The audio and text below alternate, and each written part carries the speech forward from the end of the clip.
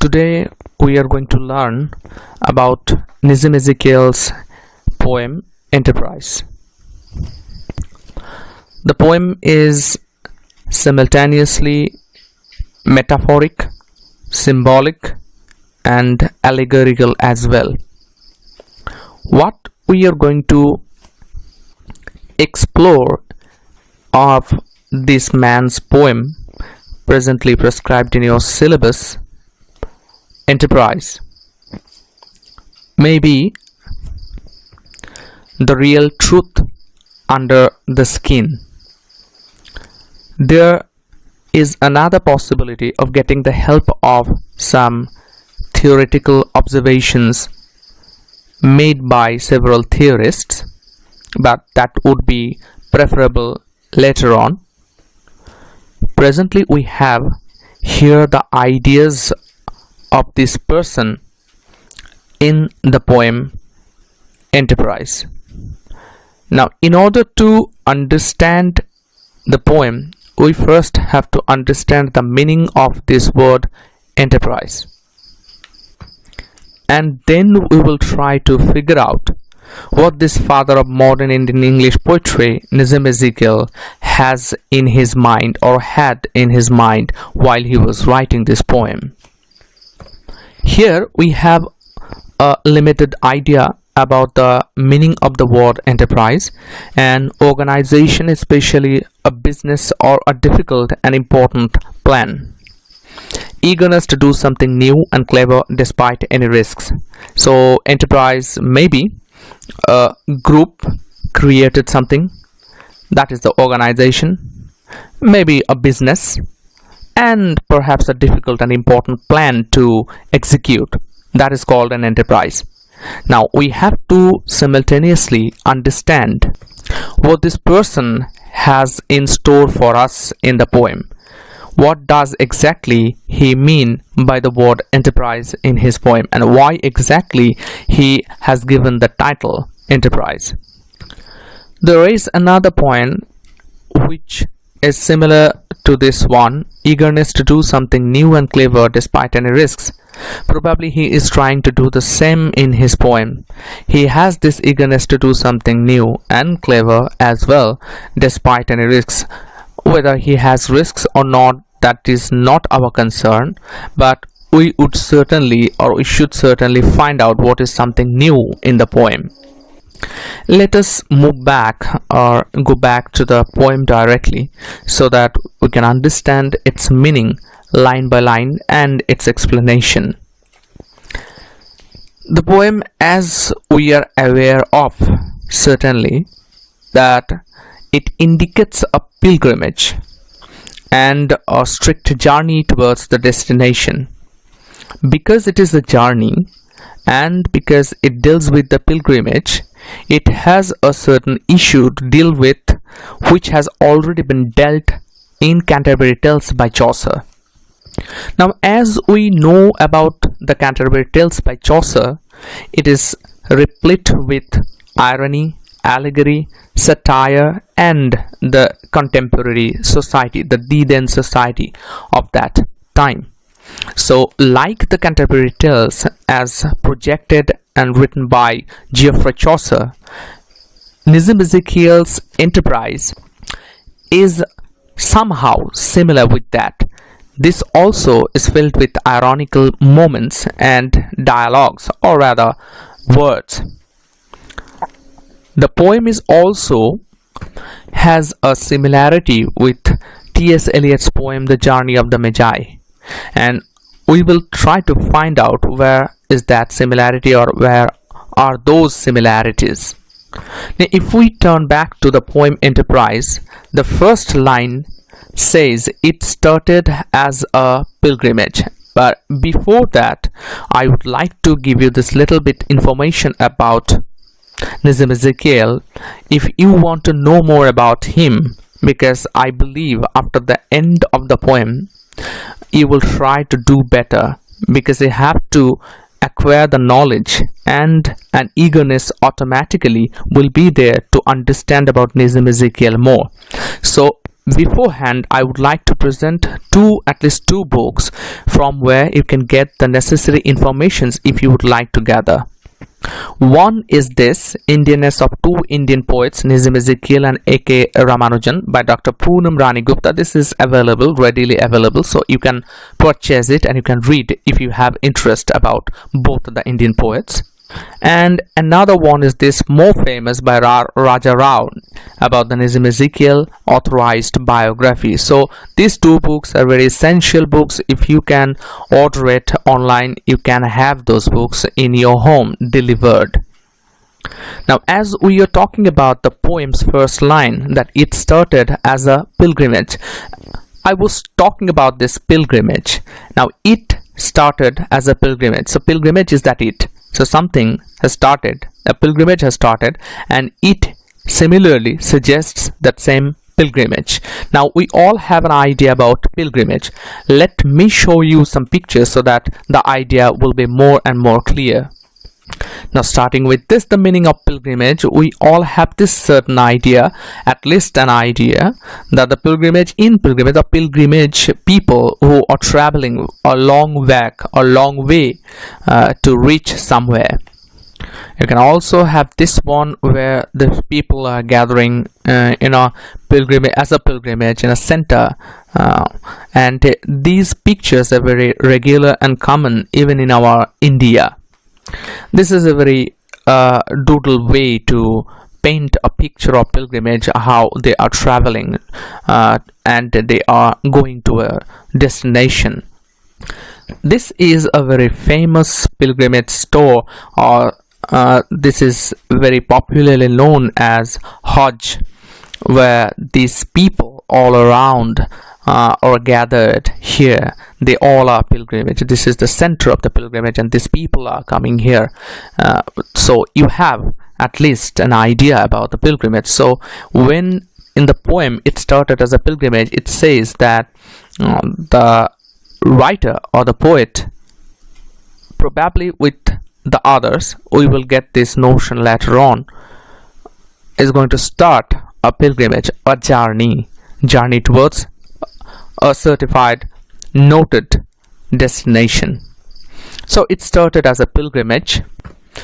So the pilgrimage has started exalting minds and making all the burdens light, because it was a fresh start, because it was a new journey to do something good, probably to do something which has not been done earlier. So to do something new, mind is fresh, and because the mind is fresh, everything seems to be very newer, seems to be very fresh. That is why it started as a pilgrimage, exalting minds and making all. Now, exalting, we know the meaning of this word. Exalting is bubbling up, giving up. Not giving up in the sense that you are giving up something, but in the sense that you are trying very hard to do something. It is the ecstasy of your mind. Now, okay, this is another new word, ecstasy. Ecstasy suggests extreme and intense pleasure or delight. So exalting is that same. It is the extreme and intense pleasure or delight. Okay, it will be better if we go through the meaning of exalting in a better way. See here, what are other words for exalting? Laud, extol, these are praise. Laud means highly praising, extol is also highly praising, glorify, dignify, ennobling, aggrandize, upgrade, inspiring, exalt, magnify. So you know the meaning of glorify, dignify, ennobling, aggrandize, probably newer to you, upgrade, inspiring, exalt, and magnify. You can also understand the meaning of the same word, exalting. So when it is said that it started as a pilgrimage, exalting minds and making all the burdens light. So mind was exalting. So the people or the group, the enterprise was feeling, or the people comprised the enterprise were feeling with exalting minds, feeling very high about their journey. So naturally the mind was fresh, and that is the reason why the burdens were light, because the burden, they were not feeling about the burden, about the load. So there is a little bit of difference between burden and load, and let me make it clear by showing the pictures. A burden is a source of worry or stress. All people are usually burdens in that way. So a burden is not load which has a minimum weight. In this beautiful sentence, you can also understand the meaning of burden, what to do with burdens. So bear one another's burdens and so fulfill the law of Christ. This is the way to bear one another's burdens. So this is the burden. This is not simply load. This comprises so many things, and a very interesting idea I have presently I have in my mind, that a burden is usually signifying you have the workload in your home and you are carrying a load on your back. That workload is your burden. Maybe your younger sister is still remain unmarried. Now this is your burden. You feel that this is your burden to get her married. That was not your load. If you are carrying a 5 kilo weight from a place to another place, that would be your load. That would be, or that should not be, your burden. So this is the difference between burdens and load. So the burdens light, exalting minds and making all the burdens light. Here particularly the word burden suggests the load itself, because the pilgrims should carry their loads with them. As you can see in this picture, that each pilgrim has his or her burden with him, so they have to carry these to the longer distance. Even in this picture, these people are carrying their burdens. They are modern pilgrims. They are going somewhere and they have to carry their back at their back their burdens. So these are the loads which is or which are suggested by this word burdens. So exalting minds and making all the burdens light. These 2.5 lines suggest basically about the free-spirited mind at the beginning of the journey. So the journey is about to start and everyone was happy because something new is going to happen with them, something positive is going to happen with them, and they are going to do something positive. This belief in their mind creates a beautiful moment, feeling, and those feelings in other way give birth the exalting minds, and these exalting minds create the burdens lighter to them. So it is no more heavier to them. They are willingly carrying all their loads and burdens. Now third meaning, this burdens, why this is burden not the load, because this is also there is also a suggestion that this is instead of burden, this is also load, because they have to carry their belongings. Now they have to carry till the ending point, so this is their responsibility. In that way too, these burdens are not particularly or specifically loads rather than burdens. Now from the third line, the middle of the third line, it starts as the second stage, explode but did not test the call. So in the first stage, now as we know all that in a pilgrimage, in a journey, there are certain steps. Now let me show you a picture. This is some Hajj guide for pilgrims. You can check this out. This is the first point, second point, third point, fourth point, fifth point, sixth point, seventh point, and eighth point. There are these points. So these are the guidelines. These are the halting stages that you have to go there and halt, then go there and halt, then go there and halt. And then during this staying, you need to perform some activities, some duties. So every pilgrimage has a serious way, method, rules. The pilgrimage has to follow a certain set of rules and regulations. So these stages are meant to make it specific and clear. So the second stage, explored but did not test the call.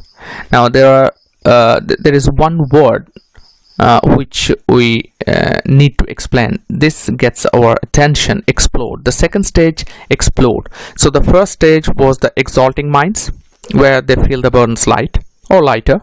Now the second stage, explode but did not test the call. What does the word explode mean? Now see this line very carefully. This time I'm not going to give you the direct expression about the explore or exploration, the direct meaning. You have to understand by this line. If there were no mystery left to explore, life would get rather dull, wouldn't it? So the life will be dull without exploring it. If you don't explore it, without exploration, your life would get rather dull. So exploration suggests that in order to acquire knowledge, gather or accumulate knowledge, you have to go through by experiencing different objectives, motives, ideas, and different sorts of awkward moments or situations in the life. So explore suggests here that the second stage, explode but did not test the call. This explode suggests some rough and tough time. So the first stage was not that tough, but the second stage indeed was tough. Now in the first stage, as you can see, the exalting minds, as I talked it about, the thought of holy expedition elevated their minds and made all the burdens light, as we have already seen there. Now, by the very nature of our minds, when people are enthusiastic, the burden seems to be lighter. Now, as I am lagging behind, I still have another example where you can have the difference between burden and load. So let me show you this just for a moment, because it just clicked in my head that I still have an image to show you. And this is the one, burden versus load. So burden is called baros and load is called fortune or fortune. This is something fortune or fortune, but it's baros. So burden is heaviness, weight, burden, trouble, and load is called a burden or load of the obligations that Christ lays upon his followers. That was the load. So Christ, it was automatically associated with Christianity, as we have already suggested it. Now here, let me take you to the lines again directly. So the second stage, like a game. So it's like a game. The first stage is already up. You covered it and already you beat the first round. You cleared the first round. That was your entrance round. But on the second stage, it is already starting, or it is already becoming to be tougher. Now, because it is tough, because in the second stage explored but did not test the call, so the exploration suggests that the second stage was somehow or somewhat different from the first one, since they faced the hostility of nature on the way, because they are facing it. And how do we know it? In the second line, the sun beat down to match our rage. So in the second stage, the sun beat down. Sun is that natural hostility, so the scorching heat. Now on their way, they are facing the scorching heat. The sun, it is here symbolic of the hostility of nature, and was radiating. This is the word beat down. I'm coming to this phrase again, but let me explain it first. So the sun was on its high pitch, and its scorching heat on them, it is pouring, it is shining, as if to match their spirit in intensity. The spirit is the rage. Now rage is a different word, but it is suggested here as their spirit, the spirit of the pilgrims. So the second stage gave them some tough moments, but that was not enough to taste their keenness. Test the call means, call is here their keenness, their interest towards the journey, interest to do something good. So even the sun, even the natural hostility, the hostility from nature, cannot beat them, because it now comes to the point of sun beat down. So beat down suggests something else. Let me show you. Here you can find it out. Two words or two phrases: beat down, beat down. The first one meaning strike with great force, so it's beating. No, you are beating someone. And the second one meaning haggle with someone to sell at a lower price, so you are going to sell something in a lower price. So we don't need right now beat off, so this first one is necessary, meaning strike with great force. It was a ghastly morning with the rain beating down in sheets. So it was cats and dog, raining cats and dog, heavy rain. Now here again, so the sun beat down to match our rage. Beat down is here, no, struggling, giving you the threat, the opponent. The sun rays are working as an opponent to you, so it gives you a threat, posing a threat to you. So you have to come over with this, you have to get over with this.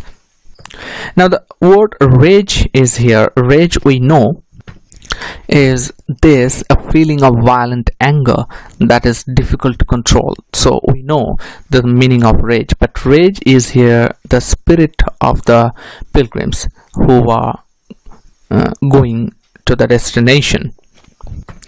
So in short, these few lines suggest that though nature tried to present some obstacles on their ways, however, it hardly succeeded to unnerve them or pose a real threat in front of them. They overcome that idea, they overcome that situation. Now in the sixth line, we stood it very well. Now before we go into that, we need to focus another example that was also related to pilgrimage. This is the book of Marjorie Kemp, and he has a short essay on this book on the title The Pilgrimage to Jerusalem. Now Marjorie Kemp was going to Jerusalem, and here we have certain informations about that. Kemp was motivated to make a pilgrimage by hearing or reading the English translation of Bridget of Sweden's Revelations. This work promotes the purchase of indulgences at holy sites. These were pieces of paper representing the pardoning by the Church of purgatorial time otherwise owed after death due to sins. Marjorie Kemp went on many pilgrimages and is known to have purchased indulgences for friends, enemies, the souls trapped in purgatory, and herself. But this is not that significant. What we need to focus here, that this Kemp, Marjorie Kemp, while writing about his pilgrimage or her pilgrimage, about her pilgrimage, she focused on these aspects of obstacles. Now even after she had faced several obstacles, she finally reached to the place of the Prince of God, the Son of God, Jerusalem. So that was the motivation. She had to cross that road, she had to reach there. So whatever obstacles she had in her ways, she had to overcome. She had this idea in her mind, so she overcame. Now here also see that the same idea has been expressed. The sun beat down to match our rage. So the sun, the scorching heat of the sun didn't disturb them at all. Now their spirit automatically subdued that supreme heat. Now going to the sixth line, we stood it very well, I thought.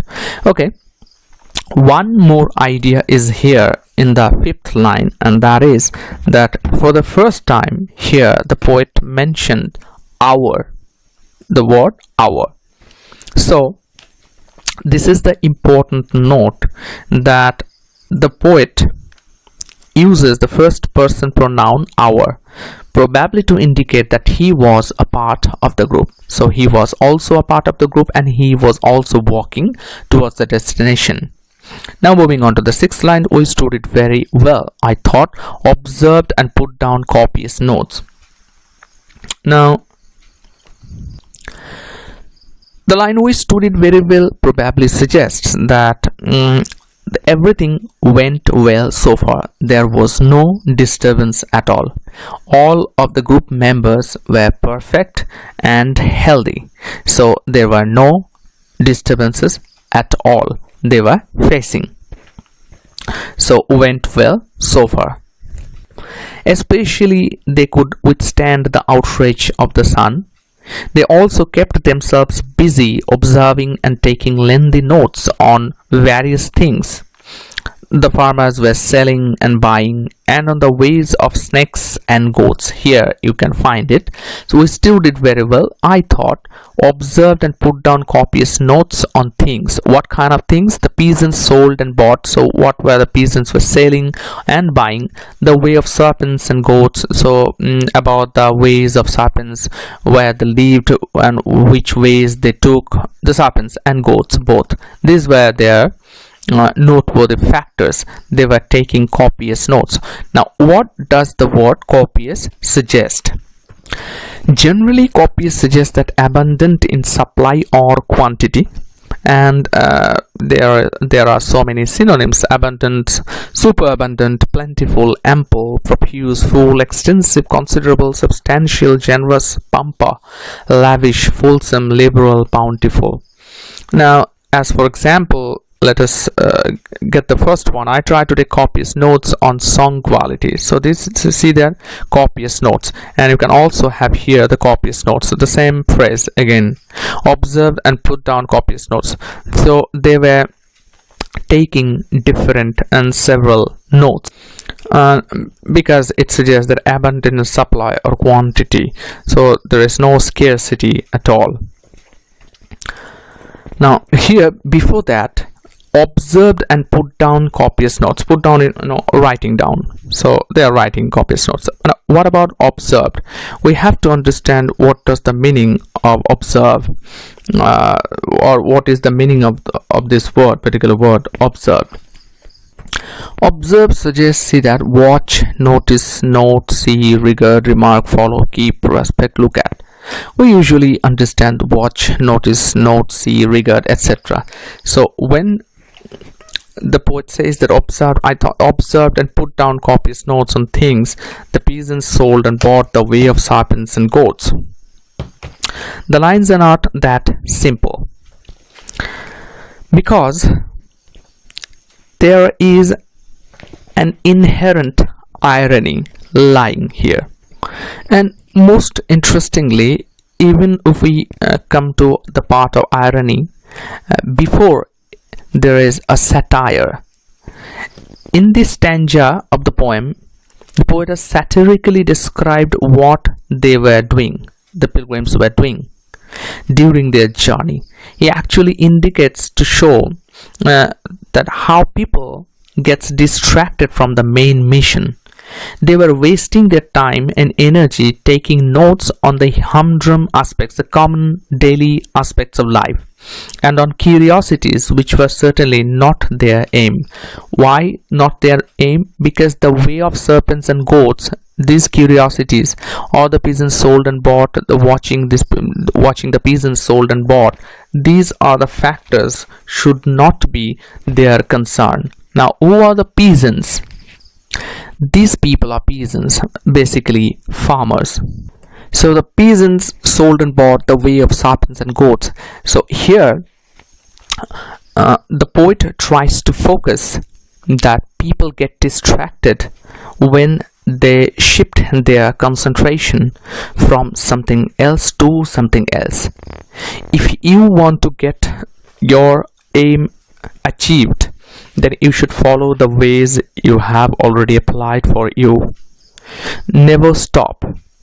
Go on and you will find the goal very near. But instead of that, what they are doing, they are observing and putting down copious notes on the aspects of peasants selling and buying, and the way of serpents and of goats. And believe me, there are even books on the way of serpents. Let me show you. This is the book, Way of the Serpent. So Torgny Lindgren, she is the writer of this book. So indeed there is a book on this particular subject matter. So but I don't find any of the goats, the way of goats I really didn't find. Now what they are doing again, observe and put down copies, notes on things the peasants sold and bought, the way of serpents and goats. These were the factors they were very interested on. So their concern was about rather unimportant things. Said they observed and took note on the cities without concerning themselves. Why? In the latter line, see, 3 cities where a sage had taught, but when the defenses arose on how to cross a desert patch. Okay, so the peasants sold and bought, this is 1. The way of serpents and goats, this is 2. 3 cities where a sage had taught. 3, 1 side by side. Okay, consequently these are the 3 factors what they were interested on, and they were taking copies, notes on these 3 topics. Let me tell you the topics once again. The peasants, what are the peasants selling and buying, the way of serpents and goats, and 3 cities where a sage had taught. Now here there is another point to make, that 3 cities while they were watching where a sage had taught, interestingly they have not seen what the sage had taught to them. They have observed 3 cities, they have also observed the sage. The sage was teaching something, but they were completely unaware as well as uninterested or not interested of the subject matter of the sage's teaching. So they were on their way without concerning themselves with what the sage had taught or what was his message. This is where we need to understand allegory, because from here it becomes allegorical. Probably the poet wants to mean here that life is also like this, and because something else is being spoken here, something else is the point here, and the poet tries to find out something else by speaking something else. So here comes the point of allegory. Now first we have to understand allegory, and before understanding allegory we need to understand satire, the point that we have already lost. Now first try to understand satire, then we will try to understand allegory, and finally we will try to understand the irony. So first, satire. Now satire is a genre that sets out to improve bad behavior through sarcasm and irony.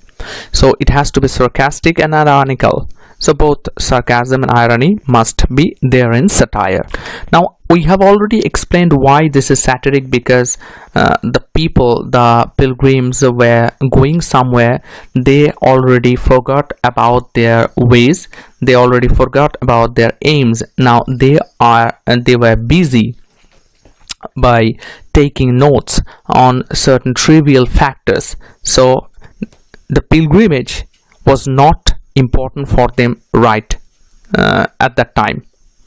So instead of pilgrimage, instead of thinking about the dedication towards Christianity, dedication towards God, they were simply thinking about something else. So that is the satiric level. Ironical too, here lies the irony, and we have already understood in the previous poems like Orun Kolatkar's The Bus, what does the irony, the term, suggest. Now you can also get a comparison with The Bus by Orun Kolatkar, because something else is given here about the journey. The bus is also about a journey. Now through that journey, the poet tries to focus on something else. The poet tries to focus on the shady side of human's life, the comparison between old and new generation and their way of looking at religion. So there you can bring the comparison between The Bus and this poem, Enterprise. Now, and about another comparison we would like to focus on, but that would happen later. Presently, we must understand allegory. Now, read it very carefully. An allegory is the deeper meaning behind what is being told. This is often used by displaying symbols through people, things, etc. in a poem, story, and or a piece of art. So, allegory is basically about a symbolic representation or display of something which has a deeper meaning. So you are getting something else and the meaning is something else. In the poem, that happens too. The poem is telling us about a journey, but intentionally or allegorically, the poem also speaks about the journey of life. It is not a simple journey towards a fixed destination. Rather, it is the journey of life. And if in your journey of life you get distracted by something, you will never reach to your destination point. So that is the reason why it is called an allegory. And here that point begins. Now, the more we will go through the poem, we will understand about it in a better way. So let us start again. So, 3 cities where a sage had taught, but when the differences arose. Now, again and again, this line indicates so many aspects. Line number 10. So that sage had taught. So a sage, they have no interest, or they didn't show any interest about the sage. It's okay, because they were in a spiritual journey and they were not interested about the sage. So this is also ironical. And secondly, they were intellectual people, they were learned people, but they were not interested at all about the teaching of the sage. So they were not interested at all about learning. So education was not that important to them at that moment. So both of these points hint the same idea, the point of irony. So they were futile. Futility is very much expressed in these lines. Now come to the next line. But when the differences arose on how to cross a desert patch, we lost a friend whose stylish prose was quite the best of all our batch. Okay, so but when the differences arose. Now this is maybe the third stage. So the second stage is over. Now we come to the third stage, when the differences arose. So in their the differences arose in their opinions. Now some members didn't agree with the others, or crossing a patch of desert on the way. Now step by step we need to understand this. Differences, we understand that someone is agreeing and someone is not agreeing, two ways. So there begins the difference, something like this. So one way goes to agree, another way goes to disagree. So there lies the differences. So when the differences arose on how to cross a desert patch. Now what is a desert patch? I have already shown you. Okay, again let me show you. This is also a desert patch. This is called, if it is a desert, so this is the desert patch you have to cross. Here also you have a notion that these pilgrims were crossing a desert patch. And this is the third picture where you can also have this experience of crossing a desert patch by these people. So when on how to cross a desert patch, we lost a friend whose stylish prose was quite the best of all our batch. So there were differences finally, and it has to be, because people were not united. People were not at a particular fixed point to discuss.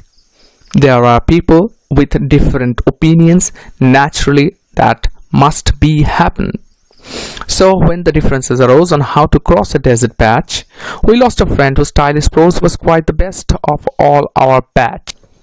So because some members didn't agree with the others on crossing a patch of desert on the way, as a result, the best prose writer and intellectual person among them parted from the group.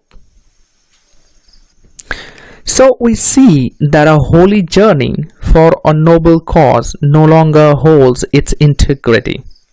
People are becoming egotistic and concentrating on trivial matters, Their main concern now is the way, not the ultimate aim. They are focusing on something else, leaving the ultimate idea. Even the seemingly intellectual did not bother to reconcile the differences and hold the members together. So ironically, he sought the easier way to part from the group, because this person who is called as the friend whose stylish prose, now this suggests that he is intellectual because he had the practice of writing, and because he wrote in a stylish prose, maybe he studied a lot. So that is why he seemed to be an intellectual. He was quite the best of all our batch, and he left the company Enterprise. So Enterprise is breaking the monolithic structure that was built earlier to do something good, to hold an integrity. Now that is breaking gradually. So what we have, a picture of Enterprise at the beginning, is now the same picture of integrity is lost. Same picture of the Enterprise is gradually vanishing.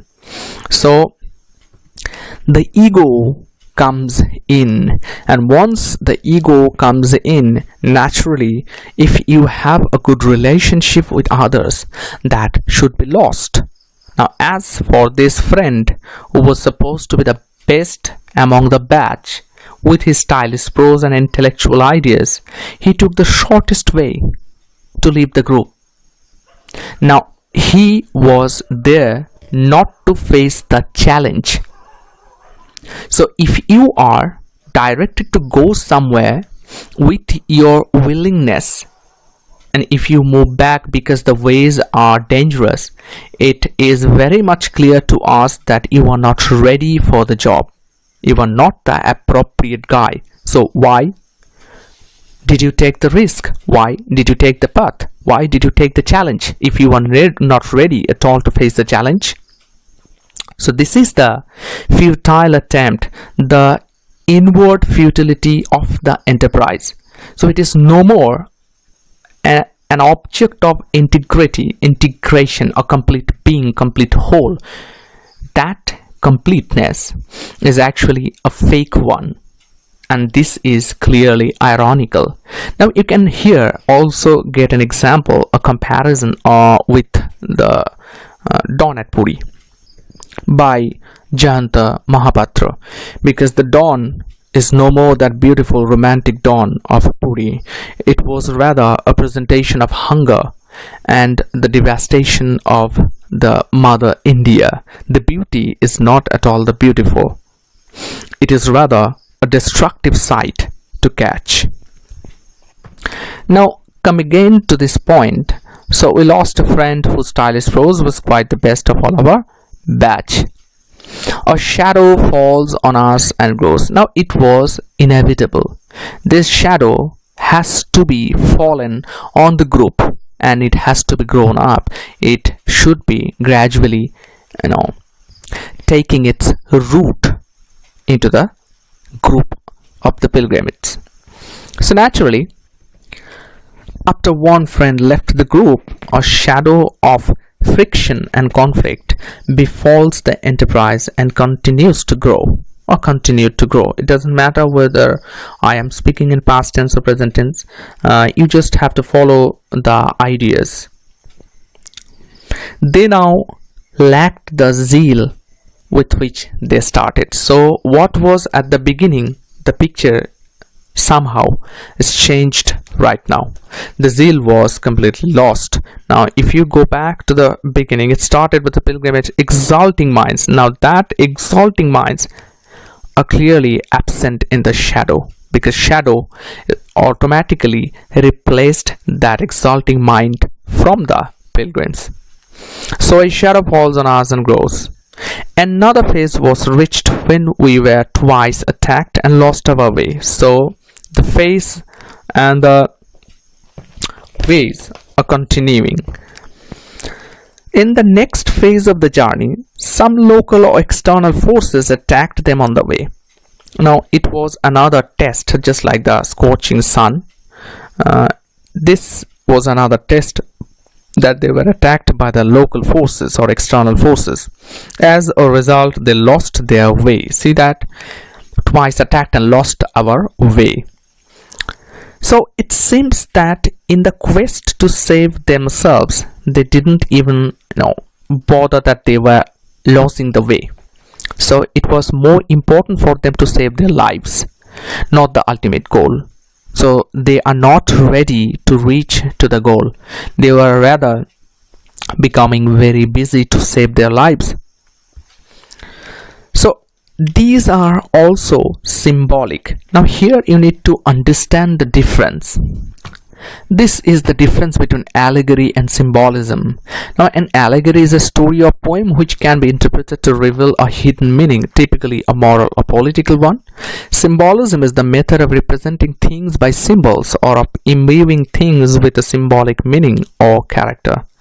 Narrative and is a literary device. Symbolism. Allegory is created by using symbolism. Symbolism is the literary device that adds an allegorical meaning to the text. So an allegory can use symbols, but a symbol directly cannot use allegory because it's a literary device, and literary devices are used in grand narrative or basic narrative. And because allegory is a narrative, so symbolism can be used in an allegory. Now here, these are the symbolic ways, and why they are symbolic, or these facts are symbolic. We human beings often face the opposition of fellow men on our way of life. Sometimes we lose our way by the hostility or misguidance of others. Moreover, when we find ourselves in trouble, we forget the larger perspective and run away to save our narrow interests. So basically it means that when we face danger, we become terrified and we always want to get out of that place immediately. That happened when we are inwardly coward. And perhaps that is the reason why the poet uses here Juvenalian satire, which is bitter and shocking satire, rather than Horatian, which is amusing, because the poet is here not to amuse us, rather he is here to give the shock that look at the situations very carefully. If the same kind of situation persists in your way, what will you do? And the answer is same. We will do exactly the same things or same activities as these pilgrims are doing. So a section of the group wanted to free themselves and create a new group. Possibly they were unhappy with the leadership, so the disagreement continues. Now here is that basic idea, because in a group, if you have no integrity, it will fall. Now on this regard, let me show you, or let me point out few lines of W.B. Yeats's The Second Coming, a beautiful poem. What it says: turning and turning in the widening gyre, the falcon cannot hear the falconer, things fall apart, the center cannot hold, mere anarchy is loosed upon the world. It's exactly the same thing happened here, the group division. Now there were suppose 10 people. Right now people are trying to create several other groups, at least a second group. Now in Yeats's words,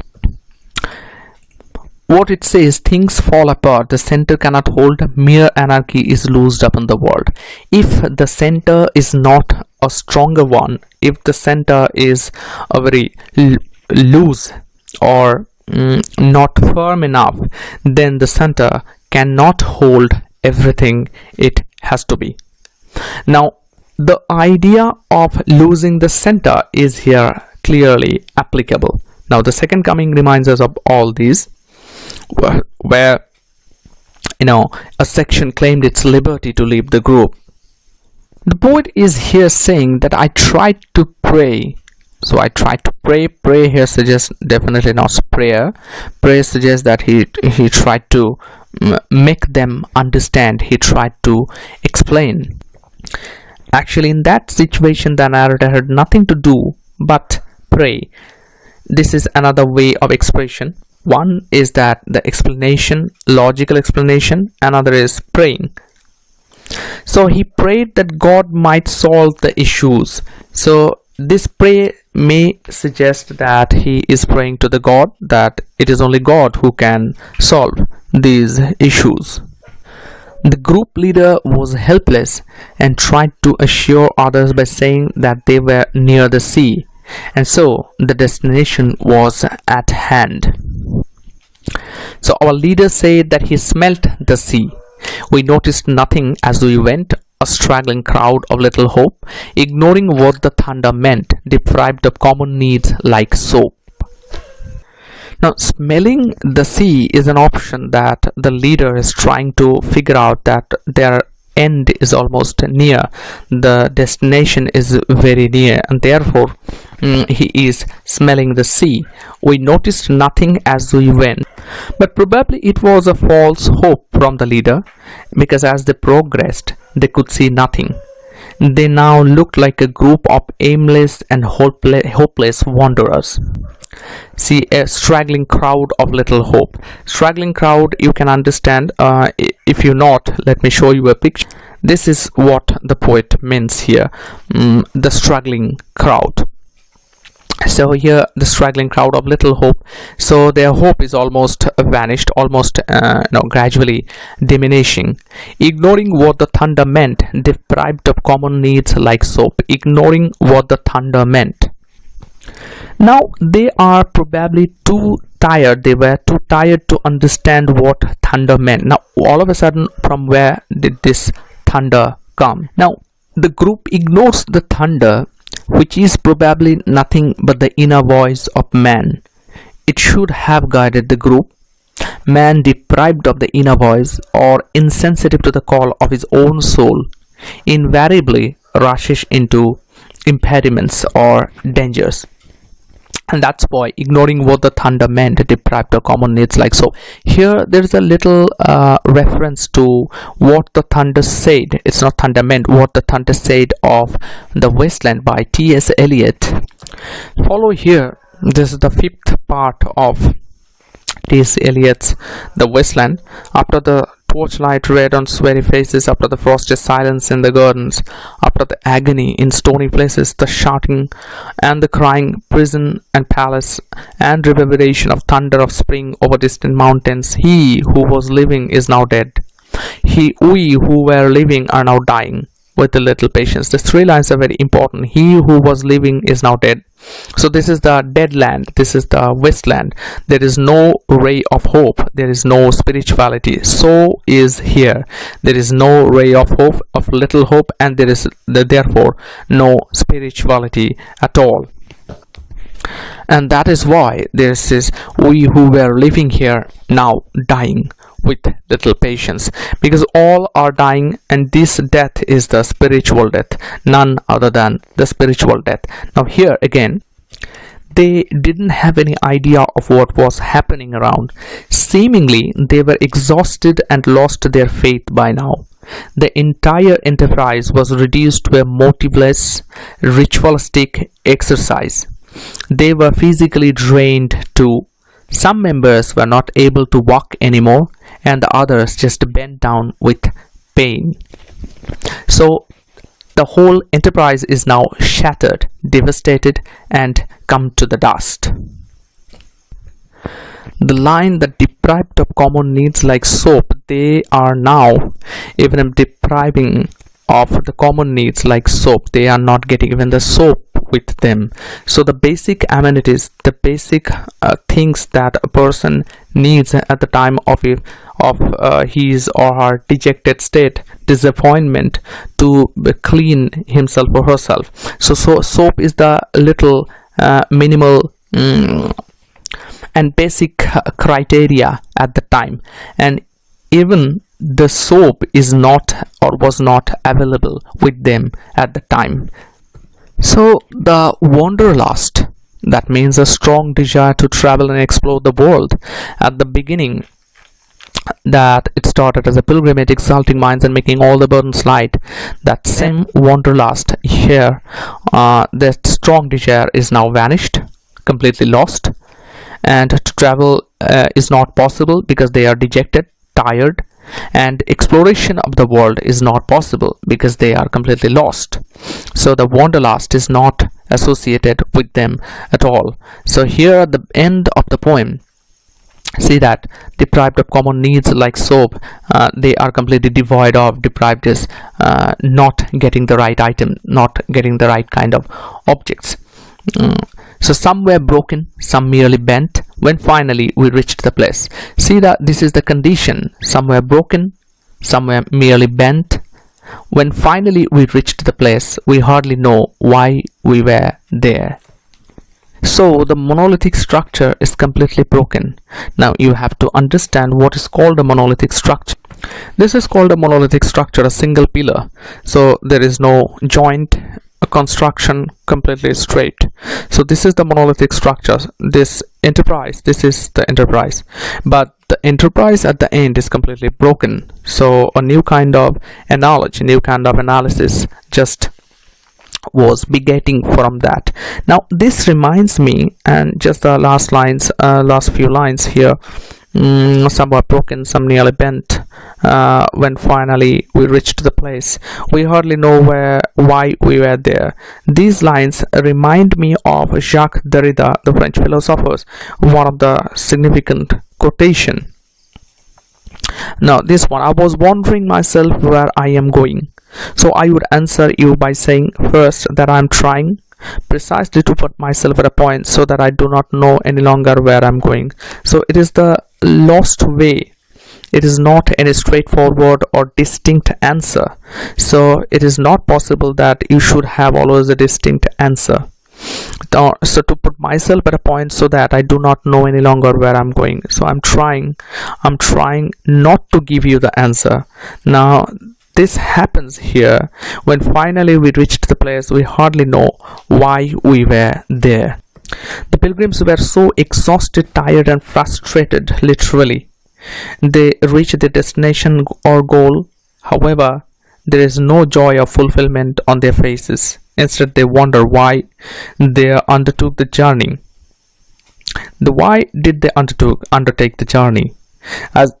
As it now seemed to be meaningless and unworthy of the undertaking. So naturally, there was no cause. Why did they start this enterprise, the journey, the pilgrimage? So they forget their noble aspiration. Everyone is now hopeless. None of them finds anything heroic in their journey, as a number of other pilgrims had already achieved the goal. So there is no heroism, there is no glory, there is nothing they are feeling presently. Now this is somehow Derridian logocentrism, and in logocentrism, logos is the word centric. Now come to the last part. We live in a logocentric world. We want to believe that everything is grounded, and that is the problem. Now this grounded aspect is completely broken. There is nothing as called concrete or complete. Everything is disintegrated. So the dejection comes at the end. What you think as beautiful may not be beautiful. So it was not a rare achievement either. This is why the narrator concluded that they should have stayed at home and tried to gather love and respect of others, that as reflected in the last lines. Doing good to the mankind makes more sense, and it's a better way than going to a pilgrimage to gather God's grace. So the poet has been successful in conveying his message through the narration of the poem. But as already told, there is a great deal of investigation on what this home may indicate and gather grace may mean. However, this is the beauty of the poem Enterprise. Now, we would like to comment a bit more on these ideas of the last two lines.